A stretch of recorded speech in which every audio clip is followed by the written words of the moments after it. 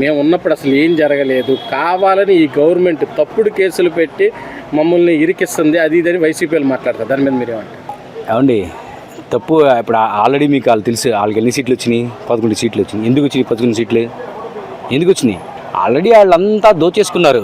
ఉన్న రాష్ట్రానికి పక్కన రాష్ట్రాలకి అమ్మేశారు. కొంచెం వీళ్ళు తాకట్టు పెట్టేశారు. కొంతమంది ఏమో క్యాబినెట్ వాళ్ళు తీసేసుకున్నారు.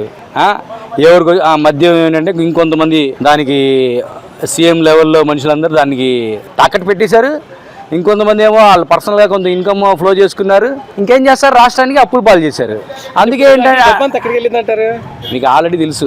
ఏంటంటే ఎప్పుడైతే ఈ ఎంక్వైరీ వేశారో ఇంటి దగ్గర కాగితాలు కాలిపోతుంటాయి. ఎందుకు కాలిపోతున్నాయి? ఇక్కడ కాలిపోతే, లేదంటే అక్కడ పెద్దరెడ్డి ఇంటి దగ్గర కాలిపోతాయి, విజయవాడ రిజిస్ట్రేషన్ ఆఫీస్ దగ్గర కాలిపోతాయి. ఏంటి ఎందుకు జరుగుతుంది ఇదంతా అంటే మళ్ళీ వీళ్ళకి భయం లేకపోతే ఎందుకు కాలుతాయి? ఎందుకు ఎంక్వైరీ రోజు ఎందుకు కాలుతాయి? ఏంటంటే వీళ్ళు చేశారు, ఈ పెద్ద కుంభకోణం ఉన్నారు వీళ్ళందరూ. రండి మరి ఏం చేయకపోతే మళ్ళీ ఎందుకు మీరు వాయిదాలు కూడా ఎందుకు రాట్లా?